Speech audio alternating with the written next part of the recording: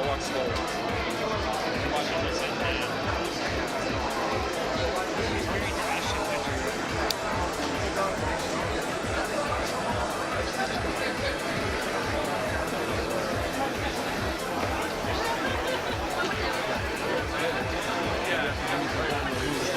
I gotta wait for my bro to come back.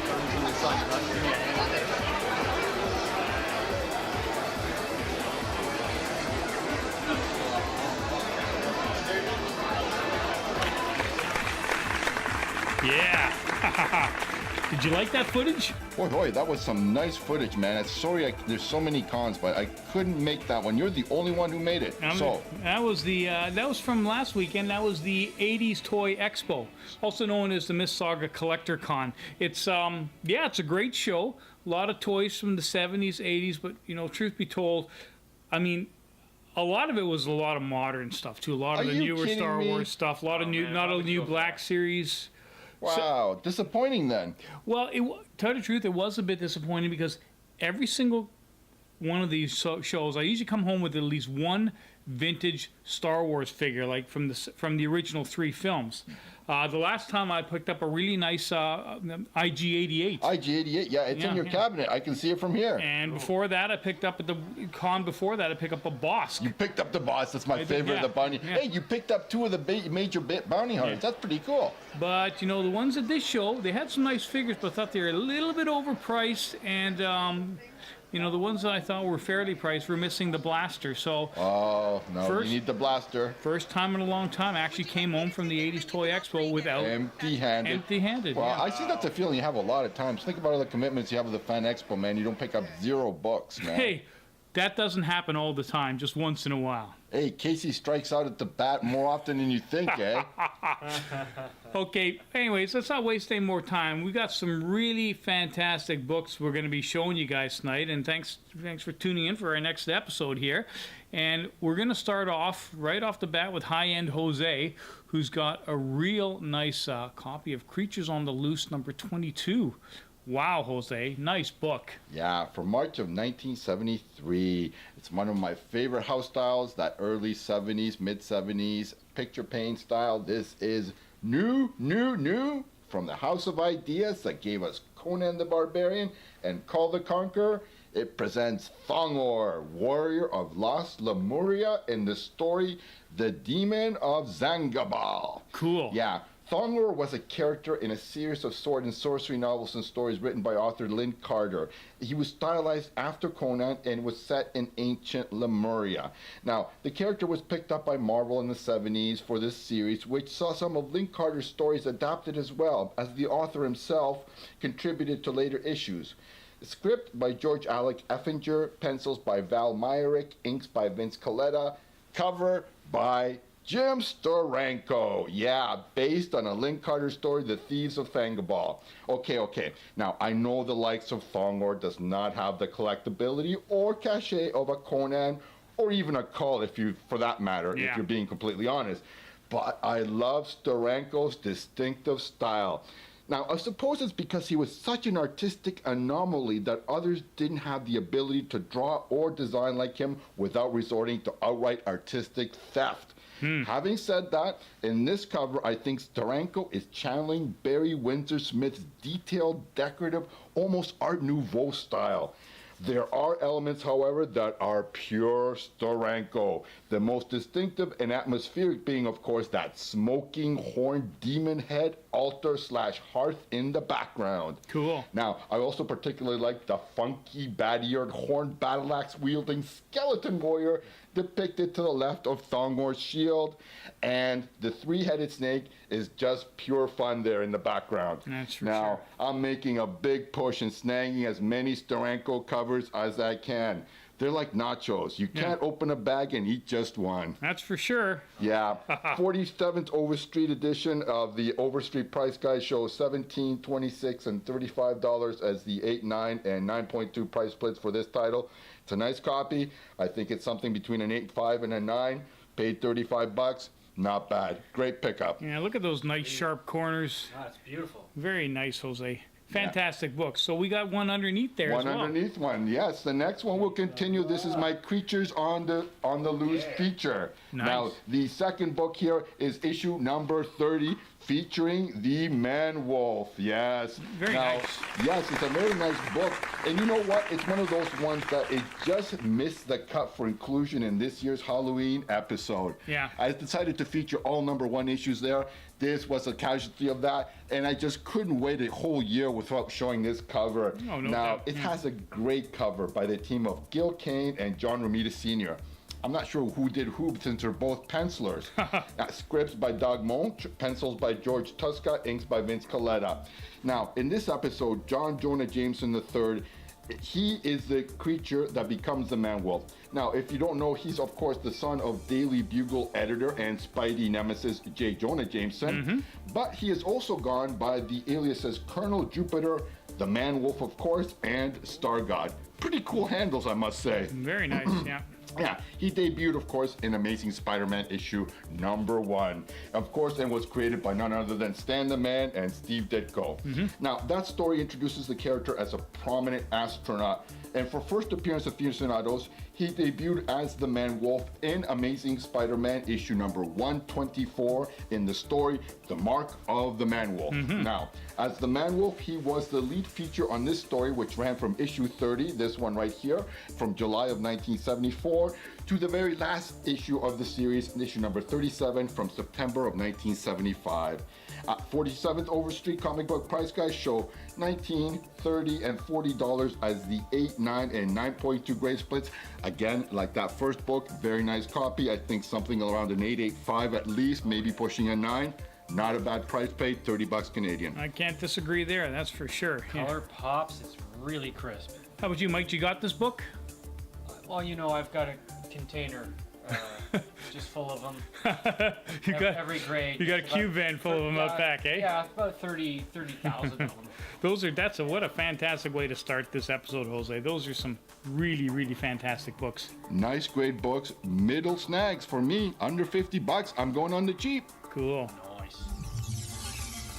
Okay, next up we got two really nice books that from Big Mike here, and the first one is a really nice copy of Brave and the Bold number 48.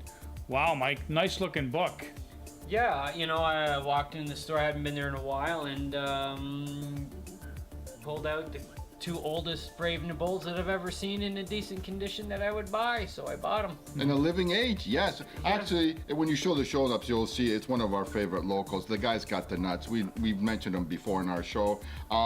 What can I say about this? We get some info that the guy's putting out new books. I mean, from the people working there, because we don't see him much. And you know what? That's when you got to hit that local. The guy's pricing out some stuff. Check it out before everybody else does. You get first picks, and you did score. Of course, I bought my 2 books from the same guy. You bought these 2 books from? Is that Pendragon's $20 bin? Is it like a bin that he puts out? Yeah. All of that is cheapy. These cheapy cheapies, bins, they're usually between 20 and 30, $40. Yeah. Yeah. Then you got the big boy racks, and when you're spending hundreds sometimes. So Yeah. And then he's got his wall stuff, which is just But you know crazy. what? These Brave and the Bolts don't get the respect. The Rodney Dangerfield's the one now. If anybody knows Brave and the Bolts, they eventually became a Batman team-up book. That's right, yeah. But the early days, and here kind of you can almost call this covering, those daring young men in their jaunty jalopies, kind of racing out that early 1900s car. Funky, cool cover. You know what? It's gonna have cover appeal for car aficionados, but not necessarily superhero genre, of course. Yeah. Yeah, and not only that, but it's more like a Twilight Zone kind of storyline than Oh, funky then. Yeah, I mean, when you see Strange Sports for both of them, it's got a Twilight Zone kind of feel to these stories. I'd Okay, imagine. very cool. Because you know how well it's More H.G. Wellish, it seems. Yeah, like the yeah. title there says "The Man Who Drove Through Time." Yeah. So it's got some time traveling aspect to the story. I would guess so. I would guess so. Yeah, Is that a good assumption to I make? did do a little reading on it. Yeah. You're going out on a limb there, Jose. Just touching on that. Just a wee Ha, bit. ha, ha. Anyways, I mean, so basically in Canadian bucks, I paid, or in US dollars, paid about $15. It was worth about 24, and possibly because it says Strange Sports and not a superhero, there's a bit of a bump Yeah. there, right? It is June '63. Carmine Infantino. and Yeah. Murphy Anderson. Oh, two Both big stories boys. were reprinted in DC Special 7 and 9 in the 70s, and I'm going to get into that with the next one a little more. Cool. So let me just go on to the next We one. got a next book there. Hey, it's a theme, man. Yeah, Brave and the Bold, another nice one. Yeah, it's another nice one. Again, the same year, obviously 63. Same artists. Again, this was reprinted in DC Special 7 and 13. Now, the DC Specials began in the 70s, and they were focusing on Infantino and Murphy Anderson specifically. But then later on, you know, they started to change things up and adapt stuff. So, like, let's see. And what numbers does it say there? I can't even read. That is number 49. So Brave and the Bold, number 49. Yeah, and it's funky because you know what? Our local Retro Rare has this book. I mean, it's one of his disappointment books, much like my Steranko Strange Tales. Yeah. He's got a early CGC label, so this is we're talking from the early Yeah. 2000s.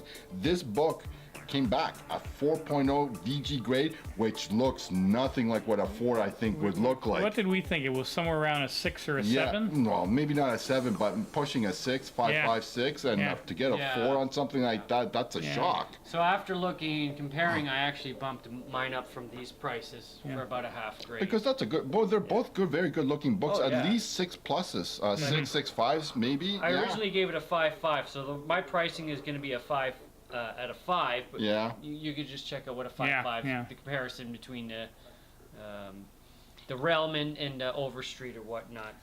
Yeah. But, you know, paid $22.50 for this one, worth about $30.40. Yeah. Is what they're saying. And so if you're saying it's a little bit higher of a grade than that, in comparison to Okay. the graded one, I Yeah. think I did even better because now I have to bump that up about half a grade. Well, Yeah. it's a nice action, kind of sporting event. I mean, maybe sports fans might have some interest, although Yeah. I don't know if there's not much crossover between sporting and comic books. But it's a nice, baseball cover. Baseball, cool Again, looking I'm cover. thinking it's probably a Twilight Zone-ish kind of Yeah. theme to that. 'Cause how Yeah, the often- Gorilla Wonders of the Diamond. Wow, cool, very nice, good-looking books, man, and good condition. That if there'd been superhero books, you would probably at least twice as much, if not more. Oh yeah. Great books, Mike. Thanks for bringing them in. Okay, next up we got High End Jose, and he's rocking the bondage covers again with a really nice Lois Lane 25 cent, 52 page big special there. Yeah. Fantastic. Yes, this is my segment that I am calling the Funky Monkey covers. There's some monkey business going on both these covers. Of course, it's out there, straight and right in front of your face. On this one, there is no subtext because it's right in front of you. So, Superman's girlfriend, Lois Lane, from March of 1972. This is issue 120. Bondage cover, of course. Cover artist Dick Giordano. Cover inker Vince Coletta. Writer Kerry Bates. Penciler Werner Roth. And what can I say? Oh my God. Yeah. Can you even imagine what Dink and Vince, the penciler and inker, were thinking when they sketched and inked this cover? What was DC editorial thinking? Where to start? Well, it doesn't seem to one time in history that someone was placed on a giant dartboard as a means of killing them with the bullseye placed somewhere other than over their heart. Now, using my imagination and interpreting the images depicted on the cover, it would seem that a Mexican band of crotch darters has been roaming the Badlands of the border areas, and Superman has been called in to investigate a series of crotch dartings that have plagued the countryside. I won't hopefully ruin this issue for our viewers by revealing that the real synopsis of this issue, entitled Who Killed Lucy Lane, involves the apparent death of Lois Lane's sister in a canoeing accident in South America. Yeah. Thanks for the memories, creative stuff at Lois Lane. I'll never look at another crotch dart without thinking of you guys. Well, that's got also very nice 60s feel to that cover as well, too, eh? Oh, absolutely. Just the 60s color. vibe, the belt, the Yeah. necklace, whatever, everything, yeah. Yeah, well, like I said, what's the analogy? The one can't eat one nacho out of a bag of nachos. yeah. Give me a nice Lois Lane bondage Mike, cover. I'm let's see there. what we got underneath there. Mike, you want to grab Okay, it? before you do, let me just say that the 47th edition of the Overstreet comic book price guide shows that $23, $37, and $50 as the 8, 9, and 9.2 price flex for this issue. Paid $60.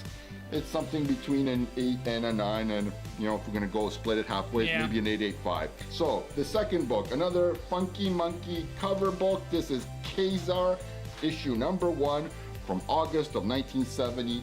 This is the first series of Khazar, headlining his first solo title. 68-page square-bound giant. It reprints The Coming of Khazar, script by Stan Lee, pencils by Jack Kirby, from Uncanny X-Men issue number 10, and it has The Mystery of the Midnight Stalker, script by Stan Lee, pencils by Gene Colan, from Daredevil issue number 24.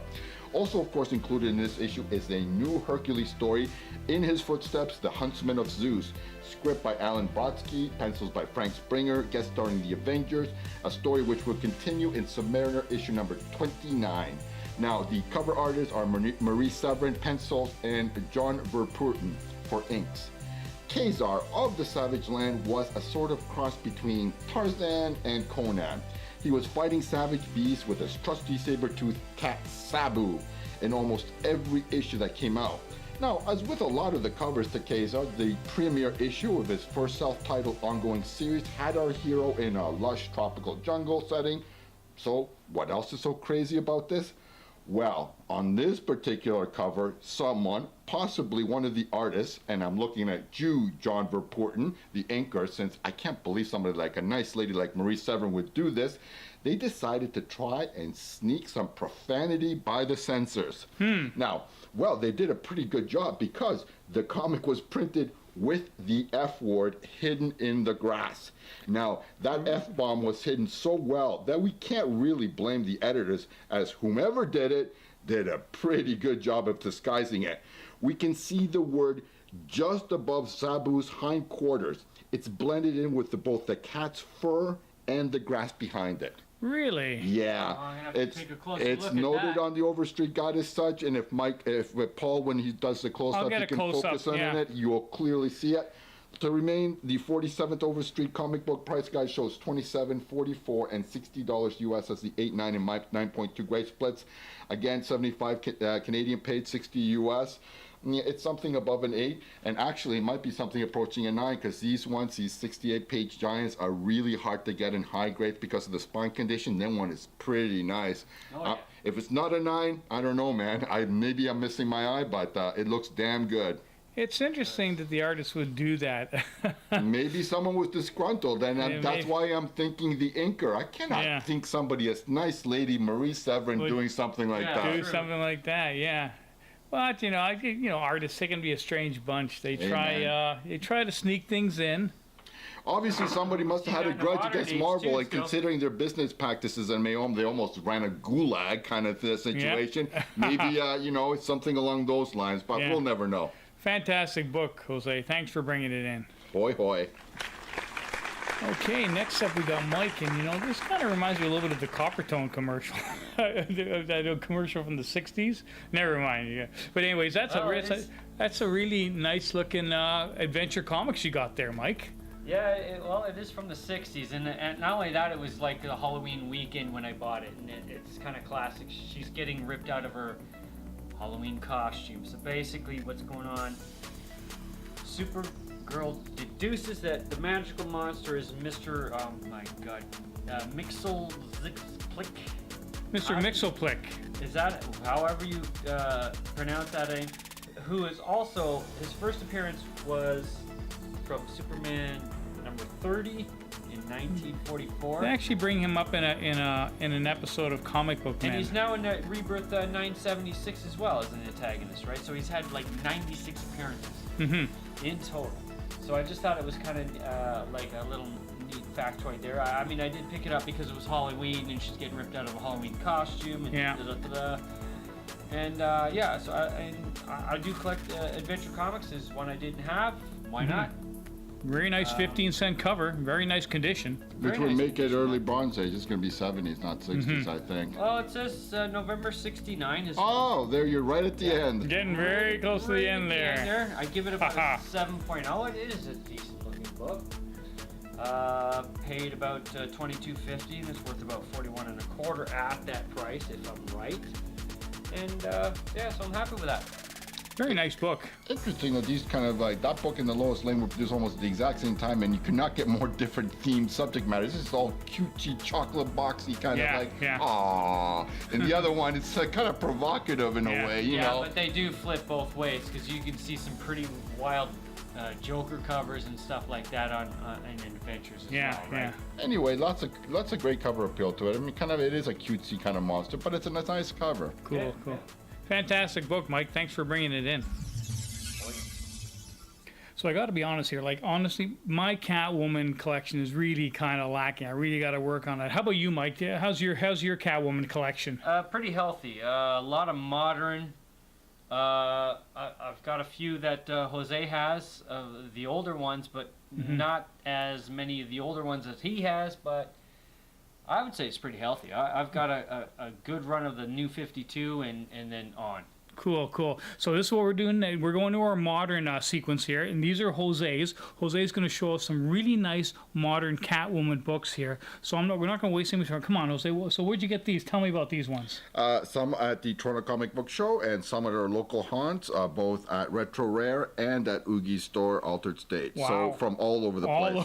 All over the place. Yes, exactly. Like, you got to shop around because you don't want to pay more than $1 or $2 over the cover price. So like that's where they've been gotten all through the things. So Catwoman, the first series, well, the first self-titled series anyway, was for I think a 6-issue parter, a mini series that I think came out in the late 80s, 88, 89, something like that. So technically, I don't know if you'd call this the first series or technically the second series. I have that one, and it wasn't so too impressive. the first issue from that limited series is a tough black cover. The art was okay, the stories were okay, but it was nothing to write home about. So these are my top 5 Catwoman covers from the second or the first series, whichever you want to consider it. This is the Jim Ballant Catwoman. Very uber sexy. I thought, you know what, I did a top 5 for Supergirl, so I will do a top 5 for Catwoman. It certainly can't hurt. Yeah, so starting with this one's issue number 23 from August of 1995. My top 5 pick, Family Ties Part 2, a tough black cover there. Make sure you get good grades. When I mean good for modern books, make sure they're at least near mint. I mean, you can't judge really whether something's a 9294. Just make sure there's no obvious wear marks whatsoever on these books, and pay about cover price or a little bit more. Great cover.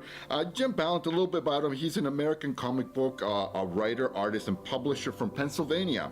He's best known for, of course, his long run on the Catwoman series between 1993 and 1999. This series ran a very healthy, almost 100 issues. So top 5, number 5, great cover there. Let's go to the next one. Next. So at number 4, issue number 45. Very spooky cover. Wow, very nice. Almost want to save that for a Halloween episode. This is from May of 1997, 9 Deaths of the Cat. Great Jim Ballant cover. Very spooky, very atmospheric. Excellent cover. What can I say? It speaks for itself. Number 3, next. From something completely different, kind of a romantic cover here. Number 3, issue number 53 from January of 1998, Headhunter Part 3.